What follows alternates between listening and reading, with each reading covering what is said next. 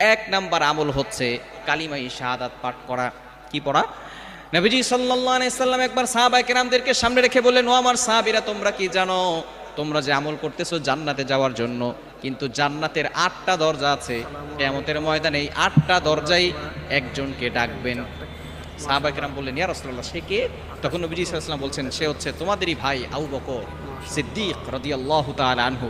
তার আমল নামা এত বেশি এবং তার ইখলাস এত বেশি যে জান্নাতের 8টি দরজায় তাকে ডাকতে থাকবে।